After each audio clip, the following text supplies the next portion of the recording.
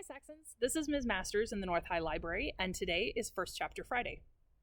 It's October, which means Halloween, so my First Chapter Fridays this month are focused on mysteries and horror and books that are creepy. The book I'm going to read from today is called The Diviners by Libba Bray. I just finished reading it for the first time a couple of days ago, and I felt like it started a little bit slow, but then it got exciting. And one night I stayed up really late and just read the whole thing. So obviously I liked it. I liked it enough that I'm now reading the second book in the series. There are 4 books total.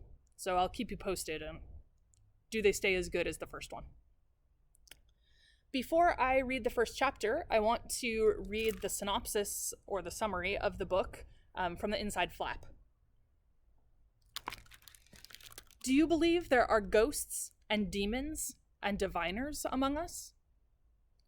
Evie O'Neill has been exiled from her boring old hometown and shipped off to the bustling streets of New York City, and she is positively ecstatic. It's 1926, and New York is filled with speakeasies, Ziegfeld girls, and rakish pickpockets.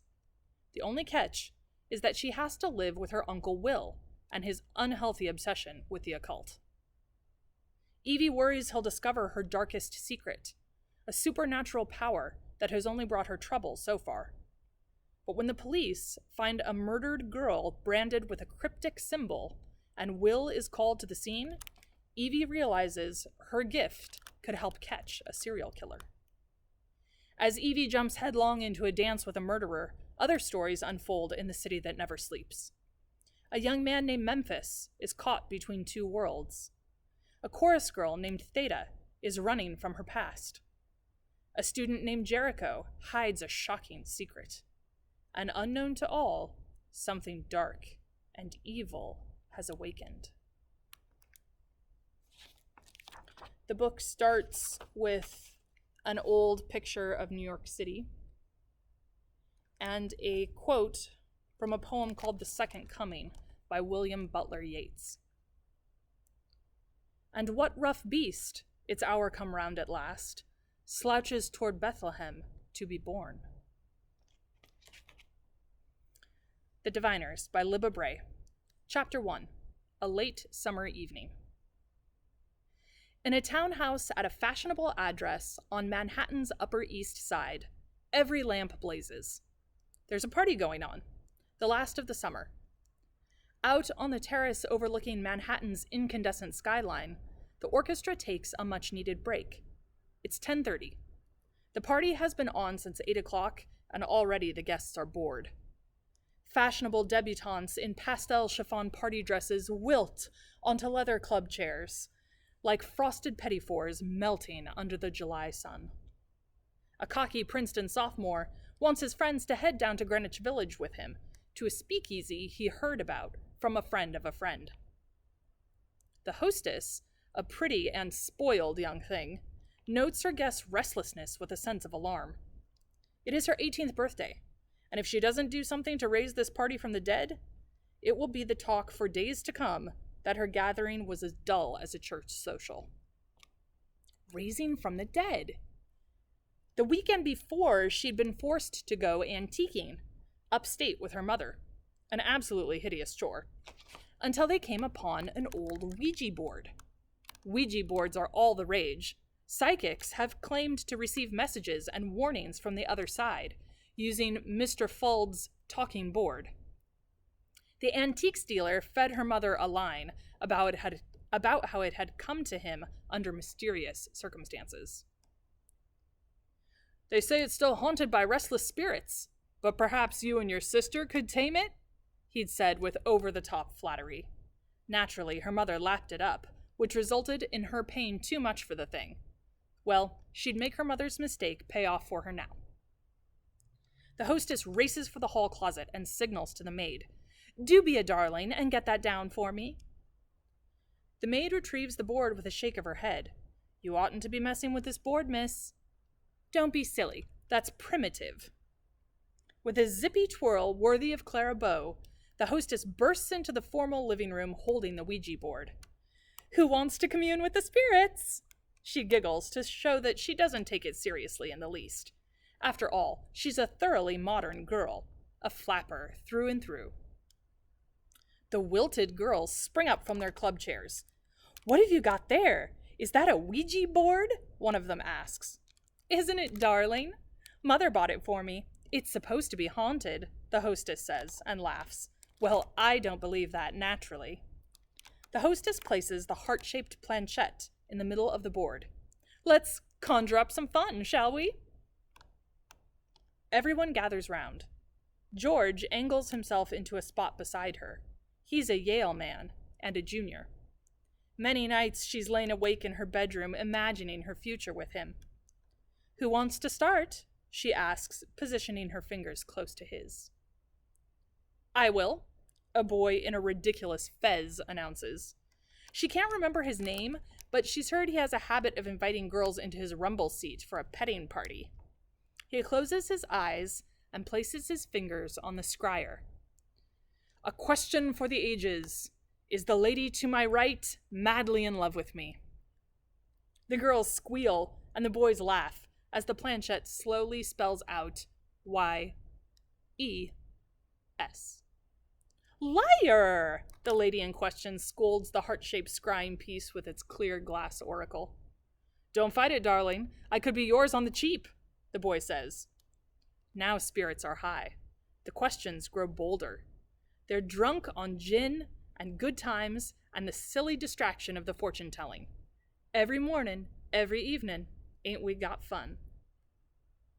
"Say, let's summon a real spirit," George challenges. A knot of excitement and unease twists in the hostess's gut. The antiques dealer had cautioned against doing just this. He warned that spirits called forth must also be put back to rest by breaking the connection, saying goodbye.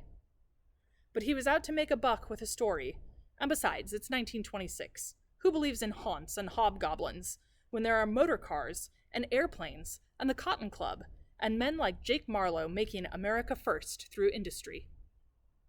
"Don't tell me you're scared," George smirks. He has a cruel mouth. It makes him all the more desirable. "Scared of what?" "That we'll run out of gin," the boy in the fez jokes, and everyone laughs. George whispers low in her ear, "I'll keep you safe."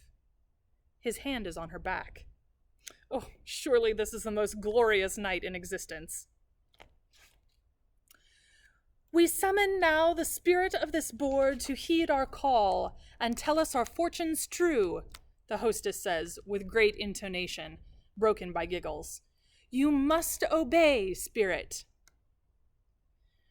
There is a moment's pause, and then the planchette begins its slow migration across the scarred board's Gothic black alphabet, spelling out a word. H-E-L-L-O. "That's the spirit," someone quips. "What is your name, O great spirit?" the hostess insists. The planchette moves quickly. "Naughty John." George raises an eyebrow mischievously. "Say, I like the sound of that. What makes you so naughty, old sport?" "You'll see." "See what? What are you up to, oh naughty one?" Stillness. "I want to dance. Let's go uptown to the Moonglow," one of the girls, a pouty drunk, slurs. "When's the band coming back, anyway?" "In a minute. Don't have kittens," the hostess says with a smile and a laugh, but there's warning in both. "Let's try another question. Do you have any prophecy for us, Naughty John? Any fortune-telling?" She casts a sly glance at George. The scryer remains still. "Do tell us something, won't you?" Finally, there's movement on the board. "I will teach you fear?" the hostess reads aloud. "Sounds like the headmaster at Choate," the boy in the fez teases. "How will you do that, old sport?" "I stand at the door and knock. I am the beast, the dragon of old." "What does that mean?" the drunken girl whispers. She backs away slightly. "It doesn't mean anything. It's gibberish." The hostess scolds her guest, but she feels afraid. She turns to the boy with a reputation for trouble. "You're making it say that." "I didn't, I swear," he says, crossing his heart with his index finger. "Why are you here, old sport?" George asks the board. The planchette moves so quickly they can barely keep up. "I hold the keys of hell and death. Wrath is coming. Armageddon, Babylon whore." "Stop it this instant!" the hostess shouts. "Whore, whore, whore," the piece repeats. The bright young things remove their fingers, but the piece continues to move. "Make it stop! Make it stop!" one girl screeches, and even the jaded boys pale and move back. "Stop, spirit! I said stop!" the hostess shouts. The planchette falls still. The party guests glance at one another with wild eyes. In the other room, the band members return to their instruments and strike up a hot dance number. "Oh, hallelujah! Come on, baby. I'll teach you to dance the black bottom." The drunken girl struggles to her feet and pulls the boy in the fez after her. "Wait! We have to spell out goodbye on the board. That's the proper ritual," the hostess pleads as her guests desert her. George slips his arm around her waist. "Don't tell me you're afraid of Naughty John." "Well, You know it was the old boy," he says, his breath tickling her ear sweetly. "He has his tricks. You know how that sort is." She does know how that sort is. It was probably that wretched boy all along, playing them for fools. Well, she is nobody's fool. She's 18 now. Life will be an endless swirl of parties and dances. Night or daytime, it's all playtime. Ain't we got fun? Her earlier fears have been put to bed. Her party looks like it will rage into the night. The carpets have been rolled up, and her guests dance full out. Long strands of pearls bounce against drop-waist dresses. Spats strike defiantly at the wood floors. Arms thrust out, pushing against the air. All of it like some feverish Dadaist painting come to life. The hostess stashes the board in the cupboard, where it will soon be forgotten, and races toward the parlor with its bright electric lights, Mr. Edison's modern marvel, and joins the last party of the summer without a care. Outside, the wind lingers for a moment at those lighted windows. Then, with a gusty burst of energy, it takes its leave and scuttles down the sidewalks. It twines itself briefly around the cloche hats of two fashionable young ladies, gossiping about the tragic death of Rudolph Valentino as they walk a poodle along the East River. It moves on, down neon-drenched canyons, over the elevated train as it rattles above 2nd Avenue, shaking the windows of the poor souls trying to sleep before morning comes. Morning, with its taxi horns, trolley cars, and trains. The bootblacks buffing the wingtips of businessmen in Union Square. The newsies hawking the day's headlines in Times Square. The telephone operators gazing longingly at the new shawl-collar coats tempting them from store windows. The majestic skyscrapers rising over it all like gleaming steel, brick, and glass gods. The wind idles briefly before a jazz club, listening to this new music, punctuating the night.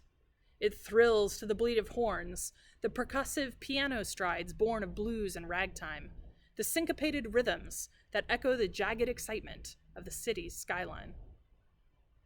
On the Bowery, in the ornate carcass of a formerly grand vaudeville theater, a dance marathon limps along. The contestants, young girls and their fellas, hold one another up, determined to make their mark, to bite back at the dreams sold to them in newspaper advertisements and on the radio. They have sores on their feet, but stars in their eyes. Further uptown, the Great White Way, named for the blinding incandescence of its theater lights, empties of its patrons. Some stage-door Johnnies wait in the alleys, hoping for a glimpse of the glamorous chorus girls, or for a chance at an autograph from one of Broadway's many stars.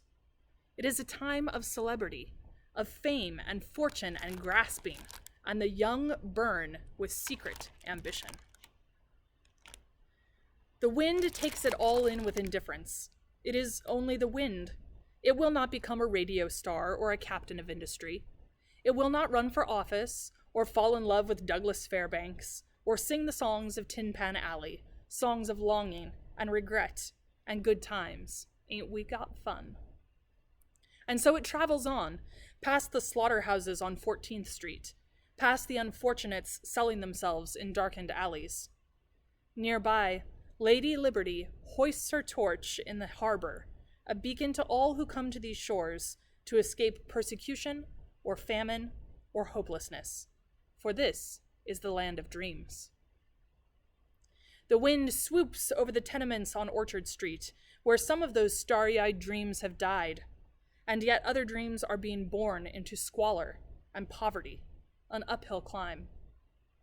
It gives a slap to the laundry stretched on lines between tenements, over dirty, broken streets where, even at this hour, hungry children scour the bins for food.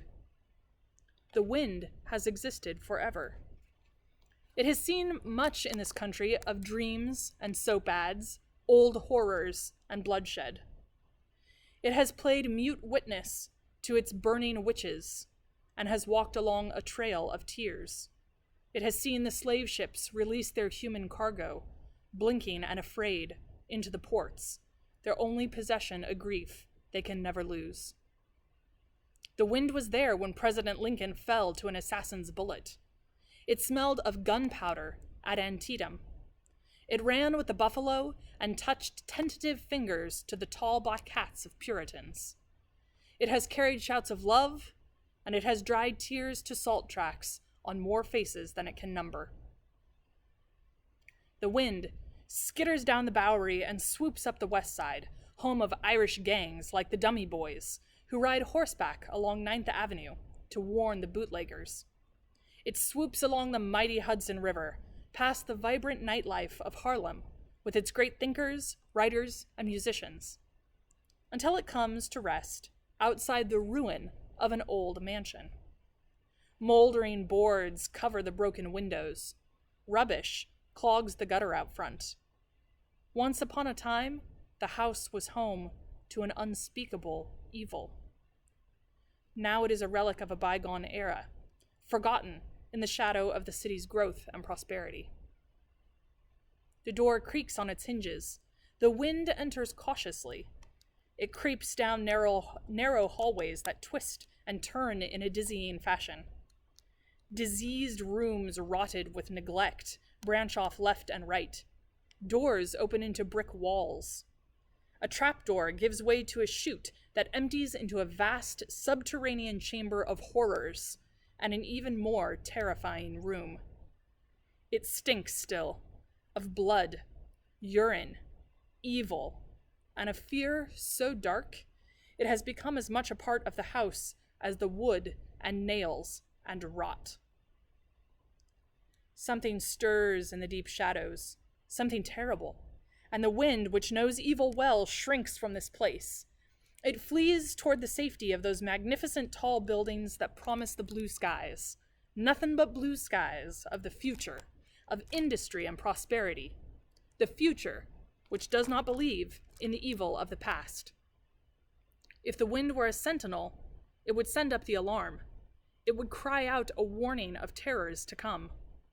But it is only the wind, and it knows well that no one listens to its cries. Deep in the cellar of the dilapidated house, a furnace comes to life with a death rattle like the last bitter cough of a dying man, laughing contemptuously at his fate. A faint glow emanates from that dark, foul-smelling earthen tomb. Yes, something moves again in the shadows, a harbinger of much greater evil to come. Naughty John has come home, and he has work to do. If you're intrigued by the first chapter of The Diviners by Libba Bray, you can order it on the library's website for pickup. You can also access it in its audio and digital versions using the Sora app or soraapp.com. Have a great weekend, Saxons.